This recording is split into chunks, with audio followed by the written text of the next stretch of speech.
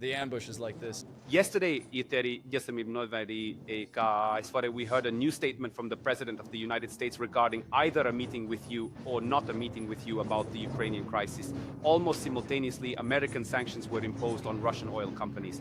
Today, the European Union introduced another set of anti-Russian sanctions. Now, toilets, motorized toys, puzzles, and tricycles are banned.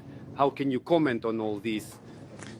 The cancellation of the purchase of our toilets will cost them dearly. I think they would be needed in today's situation if they continue the same policy towards the Russian Federation.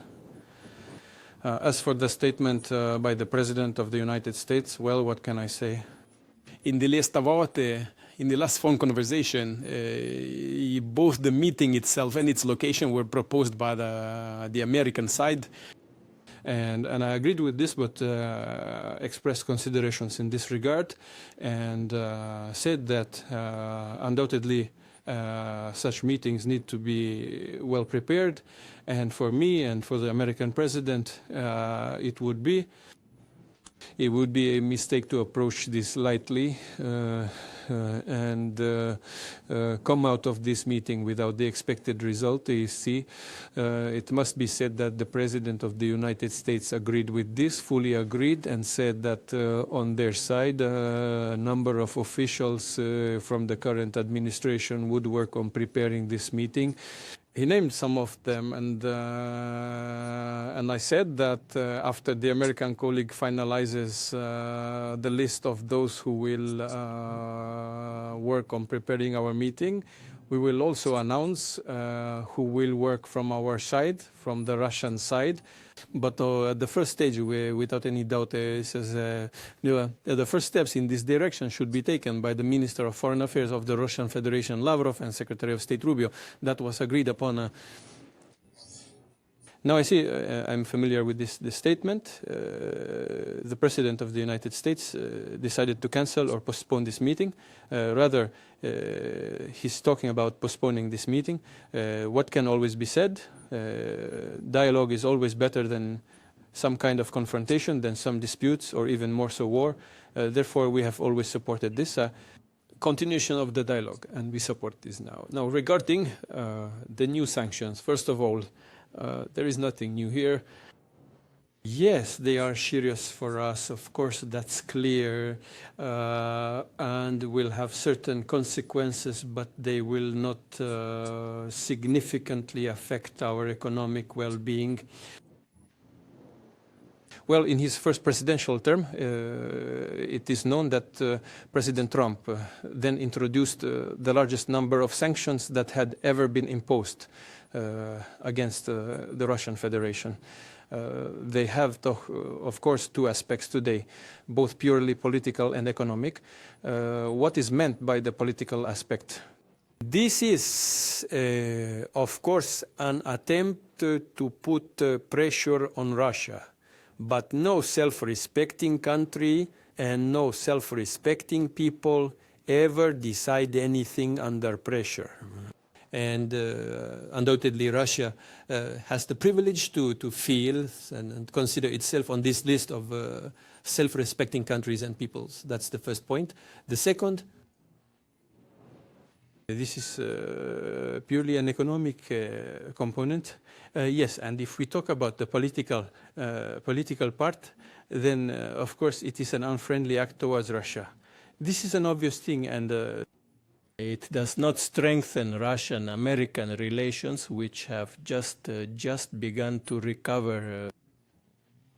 Of course, Ms. Sheash, with such actions, the U.S. administration damages Russian-American relations. But regarding the economic side, I repeat once again, of course, there is nothing good or pleasant here. But if we look objectively and professionally at this economic side of the sanctions, what do we see? Currently, the United States, I think, produces about 13.5 million barrels per day, ranking first. Saudi Arabia is in second place with about 10 million, and the Russian Federation is third with about 9.5 million barrels per day, but the United States consumes 20 million. They sell something and buy even more, mainly in Canada. So they produce 13.5, consume 20, but the Russian Federation and Saudi Arabia sell more oil and oil products. I might make a mistake there. I might mix something up on the fly, but the general order will be similar to reality. And what are they? Saudi Arabia sells about 9 million tons of oil and petroleum products to foreign markets. The Russian Federation sells 7.5. That is our contribution to the global energy balance is very significant. Very. And now this balance overall is created in the interest of both consumers and producers. Breaking this balance is a very thankless task, including for those who try to do it. Why?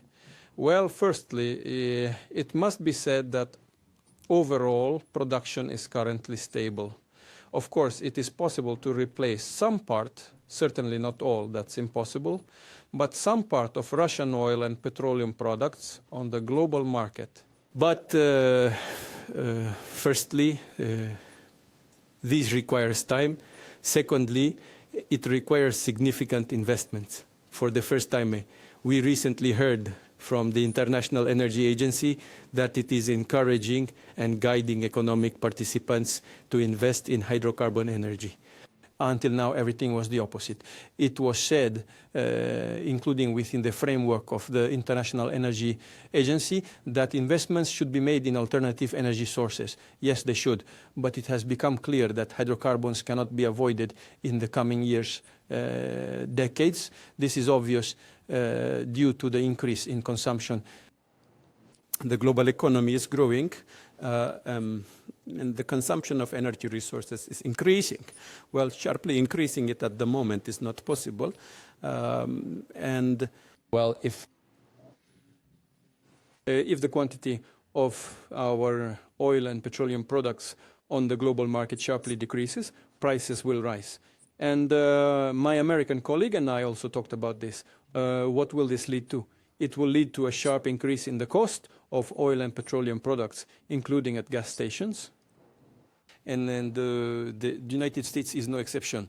And if you take into account the domestic political calendar in the same states, it is clear how sensitive some processes will be in this regard. And those who suggest such decisions to the current administration, it is necessary to understand whom they are working for. But it doesn't matter.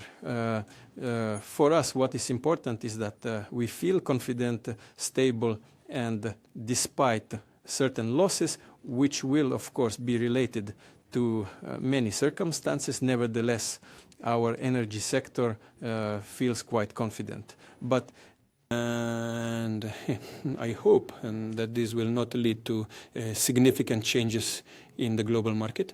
Although everyone should think now, I agree with the International Energy Agency, think about the need to invest in traditional energy, in traditional types of energy.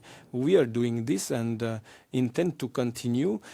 If in the end we move not towards some kind of pressure, but towards a serious conversation about the future, including in the economic sphere, then we have many areas for joint work. We are generally ready for this, but as we see, it depends not only on the Russian Federation, but also on our partners, in this case, the Americans. Thank you. Please tell me the second question. TV channel Vesti and Jagono Novosom Konashnikov Konstantin. Regarding the use of Western long-range weapons, how do you personally assess the obviously contradictory signals coming from Washington? The day before, the Washington Post and Wall Street Journal stated that the United States lifted a key restriction on the use of this weapon. Then Trump said that Tomahawks would not be supplied after all. And just an hour ago, Zelensky said again that Ukraine would receive weapons capable of striking almost 3,000 kilometers. In your opinion, is this escalation? This is an attempt at escalation. But if If such weapons are used to strike Russian territory, the response will be very serious, if not overwhelming. Let them think about that.